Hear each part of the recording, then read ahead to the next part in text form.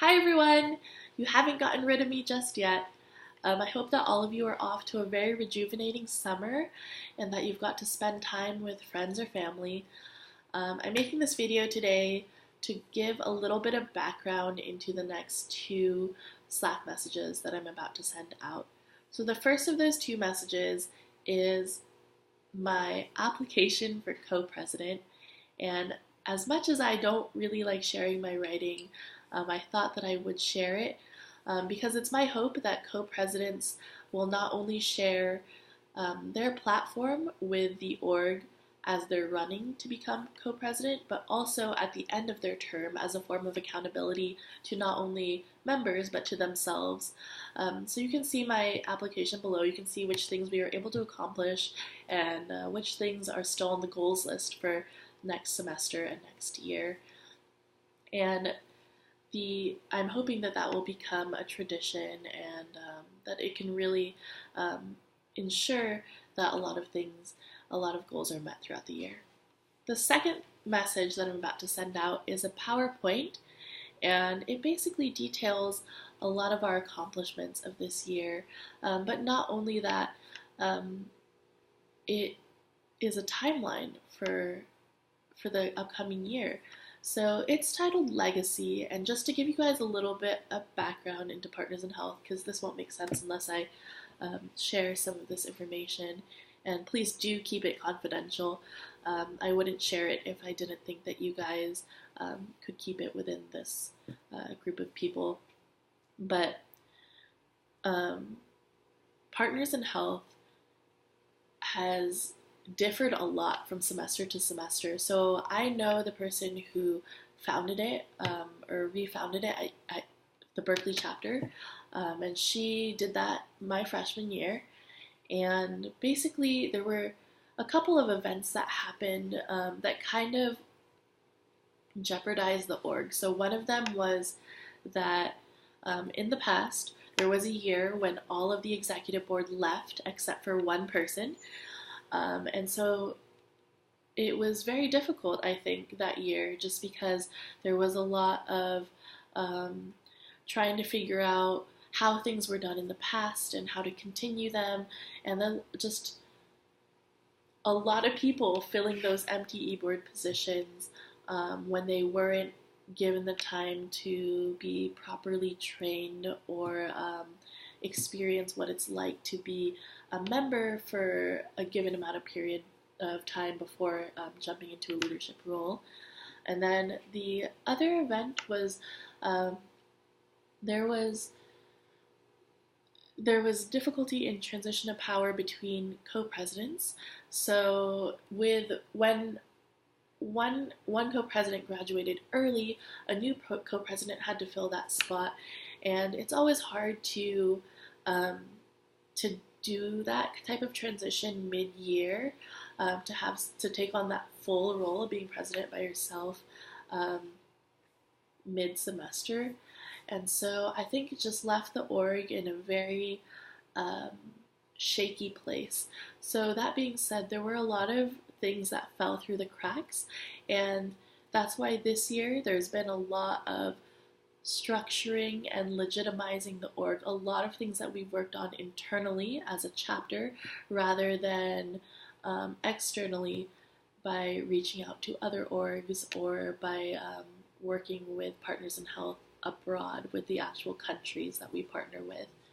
But anyways, all of this brings me back to my original point, that the theme for this year was legacy, meaning that Anushka and I, as well as the rest of the executive board, wanted to make sure that whoever follows in our footsteps have some sort of pathway to walk down, some sort of timeline to follow. So not only does this PowerPoint serve as a list of our accomplishments as an organization, but it serves as a timeline and a little bit of direction for you guys as you carry on the org.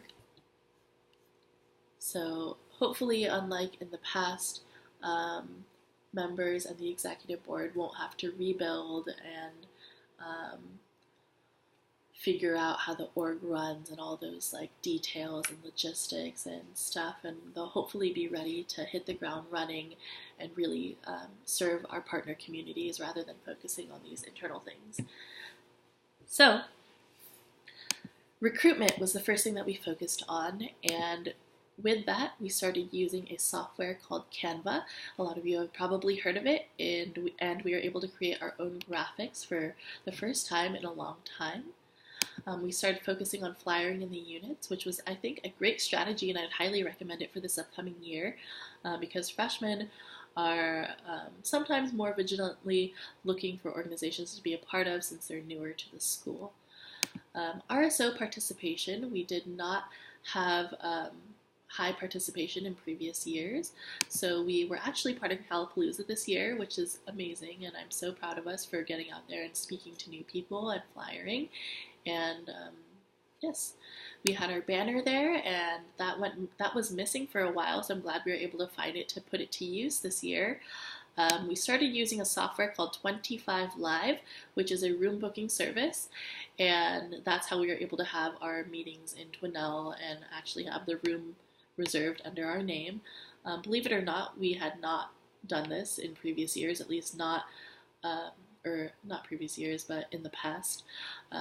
So I'm really glad that we were able to book rooms legitimately. Or I guess, yeah, in previous years we didn't have rooms booked legitimately, and we would just kind of go to open rooms, which is not okay. So I'm really glad that we have this service in place. Info sessions is the next thing that we focused on. So we restructured our info sessions to give voice to you guys, to the members. Before, we used to have info sessions that were very, very informative. Thankfully, that's what info session means, but it didn't really have an interactive part. So if you guys remember, our info sessions this year were highly discussion based, and our reasoning behind that was to give members a chance to talk about their passions, as well as kind of give us a sense of how we should shape the org moving forward and tailor it to the member needs. Member leadership is another thing that we implemented this year. So, for example, Erin was head of congressional visits, and our reasoning behind that was to ensure that, while we're training new members in material that old members have already seen, we want old members, that sounds weird, we want existing members to be able to continue to grow and not keep hearing things that are repetitive. So we created these leadership positions. Application process. So we created a more holistic application process. So we simplified the written app and decided that it would be much more interesting and just fun if we had group interviews. That way you guys could get to know each other better, as well as really speak from the heart and not stress too much on writing something on paper that sounds perfect. Selectivity versus potential growth.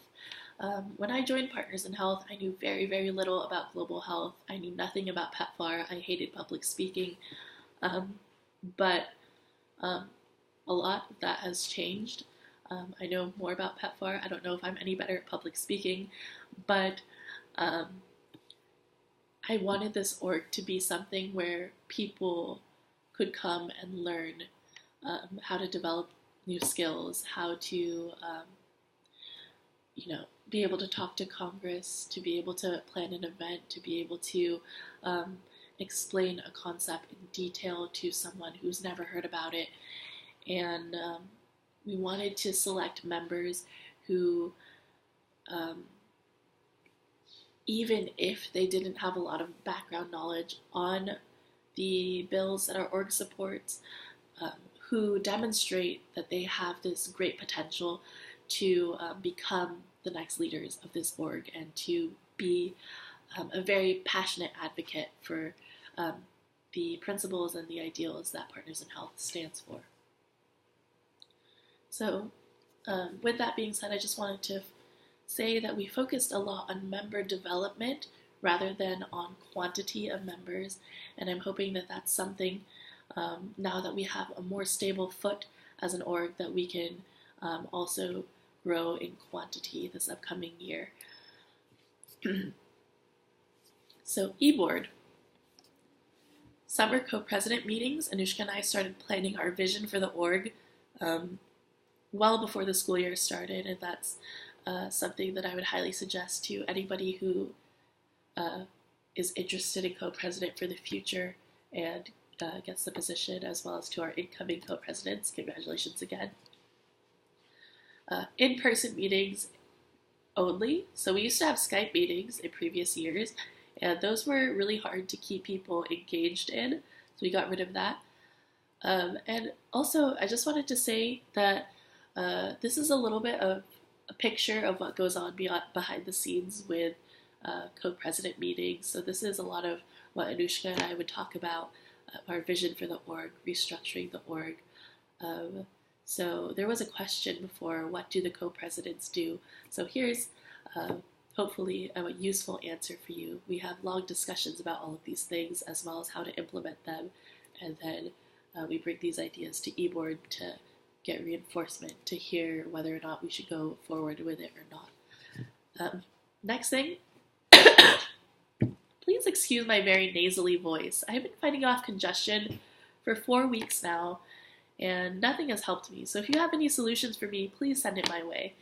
Consistency, weekly board and chapter meetings. In the past, meetings used to be canceled if something, came up. That's not okay. We stopped that. We didn't want that to be something that defined this year at all. So, continuous self-evaluation. Every eBoard meeting consisted of what can we do better, what went poorly, and what went well, and how do we learn from all of those experiences. And so I think that was something that helped us a lot this year, that I hope that y'all carry forward into the upcoming year, just because what really strengthens our org is not only the things that we get done, but the reasons why we do them and why we support them, and just being aware and actively seeking how we can grow as individuals within the org. Okay. So nearsighted, farsighted, making goal setting a habit. Every eBoard meeting would begin with, what are your goals for your committee upcoming? And so that's something that I hope stays in the dialogue this coming year. Now that the org is on more stable footing, I'm hoping that so much more can be accomplished in the upcoming year, and that goal setting will become so natural, so embedded in the way that we talk about this org and the work that we do within it. Very difficult conversations, TBH. Okay. So I'm being real candid now, but at the beginning of the year we had very honest conversations, and a lot of the times there were hurt feelings, and not even just at the beginning of the year. Throughout the year, when you talk about goal setting, you also have to talk about the goals that you did not reach. And those are difficult to talk about because it requires, calling yourself out, calling others out. And of course, that should always be done as diplomatically and as thoughtfully as possible. But we did have a lot of moments where we had to sort through, why are we not moving forward as an org, or how can we move forward even more so. So thank you to everybody who was part of those conversations. You really, by having these conversations, allowed the org to take a step in the direction of growth, and that's something that we were in dire need of. Accountability. So we started having action items on the eBoard agendas. We would have highlighted tasks, and we would have to give a report on them at the next meeting, whether or not we followed through with them. And this was something that had been lacking in previous eBoards, where there was no accountability, there was no sense of urgency, or stuff like that. Constitution. So we put in place bylaws, and this really helps to make sure that everything is organized and that the org is running as efficiently as possible. It ensures that um, we are making decisions based off of what the majority of people want and not just one person or one person in leadership. And it also makes sure that following generations have guidelines and that the org isn't just changing every year and adopting new principles and new ways to become president, new ways to become e-board. So this is good for consistency's sake. It really, really is a foundation that Partners in Health is built upon, and we treat this thing like our Bible, so, or at least I do. So hopefully that will be taken very good care of and respected in the coming year. Internal financing. So we started spreadsheets for our finances. Believe it or not, Partners in Health was in debt last year, or the year before our year, and we are no longer in debt, so debt-free, go us. We started taking dues, and none of this was to pay off, none of this was to like go towards any particular person or anything like that. All of this was used to give back to the organization and to the members within it. So you should be reaping the benefits of your own dues. There have been times where financial aid has been necessary for different things for Partners in Health, and that's what the dues are going towards. And they're also being saved up right now for hopefully a retreat, a big retreat in the future. Something where we leave Berkeley completely. Void dues ethics policy. Basically, if you can't afford to pay dues, there is a way to get around that. And the reasoning behind this is to ensure that our org is not only accepting members, accepting people into the org who have greater financial resources. We want to make our org accessible to people of all backgrounds. Ethical use of internal finances policy. Not only were we in debt in the past, but dues were used on food, which very, very much upset me. So we implemented this policy, and all these policies that I'm talking about, they're in our Constitution. So that this is the meat of the Constitution that I'm talking about now. But anyways, internal finances, that goes back to the members. That does not, but that does not go back in the form of food. Okay. So attendance accountability, again, another form of making sure that members are truly getting the most that they can out of the Partners in Health experience and not just skating through the experience. Excuse me. Member emergency inactive readmission policy. This means that if a member has a family emergency, which we've had a few of these in the past, they are able to take one semester off and rejoin the org when they're more mentally prepared for doing such, and they will not have to reapply upon joining again. E-board elections. So e-board eligibility, this policy was put in place to make sure that we don't have a repeat in which someone who has not gone through the ranks suddenly becomes in charge of everything. Okay. E-board early graduation policy. This means that there is a 1-year term for any leadership position that you accept. The reasoning behind this is to make sure that a co-president doesn't leave mid-year because of graduating early, and then there's just nobody to take care of the org. And we definitely don't want there to ever just be one president, because that's a lot of work. It's really a lot of work. And also because it just, I think that's too much power for one person. And that's why we actually have the Constitution, to instill these checks on power. and everything is voted on e-board. Nothing is the decision solely of the presidents. Communication. We separated our personal life from our working life. So we started using Slack this year, which I think has been a great platform to ensure that we're not getting work messages in our Facebook Messenger, because that can get confusing, and it's also nice to keep your personal life separate. We brought back the Partners in Health email, so we have the official email now, and members are able to confidentially send any concerns to that address. We revamped our Facebook page and we started Member of the Week again. Actually, for the first time, we started Member of the Week, and we helped build our presence in the Cal community through doing so. And in fact, we got Dr. Robert William to come and attend one of our meetings. I hope you guys had a great time getting to speak with him. And yeah, we've had a lot of people reach out to us after looking at our Facebook page, so keep up the great work with that. Committees. A lot was accomplished within committees. Event planning, we fundraised a few $100s, and that's amazing. We also got rid of 5 a.m. donut sales, which I am so thankful for because I am not a morning person.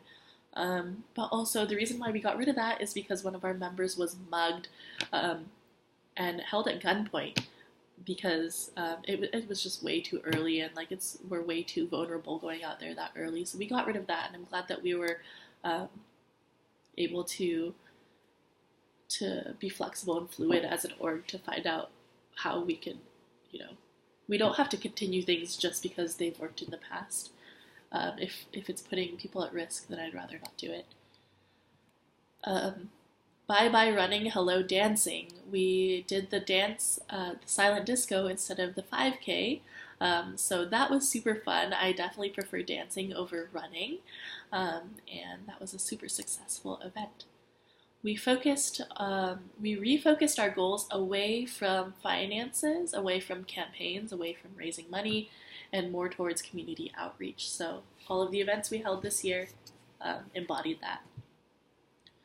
Social for Justice, we had Nancy Padian, who literally wrote PEPFAR, come and speak to our org, which I think is mind-boggling. Like, the lady who wrote PEPFAR came and spoke to us about PEPFAR. How cool. How awesome. Good job, guys, on getting her to come and speak. Education, we had restarted our decal, which we hadn't had running for a while, which I'm super proud of education for doing that. We also had the Splash curriculum, the Splash event, which was such a invigorating way of being able to reach out to the community. We developed a curriculum